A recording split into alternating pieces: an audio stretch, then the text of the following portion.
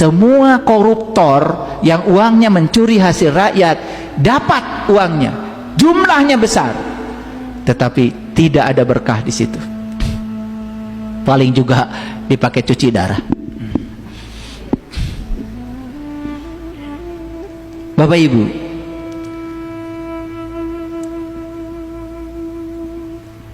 apakah mereka yang membalak hutan itu beragama? Apakah mereka yang korupsi beragama? Apakah mereka yang membuat pelecehan seksual bahkan di tempat-tempat yang dipercaya oleh masyarakat sebagai pusat pendidikan beragama? Apakah orang-orang yang berbohong dan menipu orang lain beragama? Apa yang Bapak Ibu bisa simpulkan dari pertanyaan saya? Kenapa agama tidak bisa mencegah korupsi? Kenapa agama tidak bisa melindungi hutan? Kenapa agama tidak bisa mencegah keserakahan manusia? Bisa dijawab? Bisa dijawab? Kenapa? Karena agama hanya jadi tameng. Agama hanya jadi topeng. Agama hanya di permukaan, tidak menyentuh kedalaman diri yang terdalam.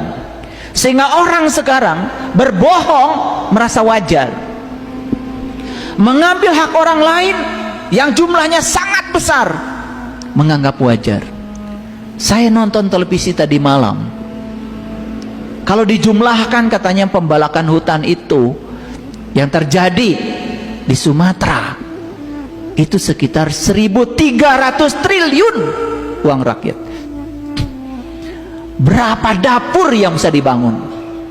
Berapa SPPG yang bisa dibangun untuk membuat anak-anak kita makan bergizi? Saya kasih tahu sahabat-sahabat yang punya dapur, jangan main-main dengan uang. Kalau 10.000 dari negara, 10.000 jadi kurangi lagi.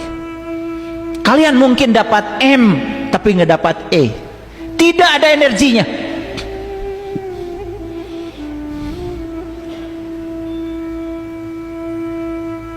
Saya pernah melihat, saya pernah ke sekolah diam-diam, saya buka itu ompreng buat anak-anak. Sedih saya lihatnya. Tidak sampai 10.000. Pak Presiden sudah bilang jatah setiap anak tuh 15.000, 3.000 buat pegawai, 2.000 buat investor, 10.000. Tolong dong, jangan dikurangi. Keserakahan. Agama tidak bisa melindungi orang dari korupsi. Kalian tidak menangis, kenapa tidak menangis? Kenapa agama tidak bisa melindungi diri kita? Kenapa sholat kita tidak bisa mencegah kita dari perbuatan keji dan munkar? Mengapa? Mengapa? Kita bangga, agama saya paling ini, paling itu, katanya rahmatan lil alamin. Berdoa saja hanya untuk kelompoknya, tidak untuk seluruh alam.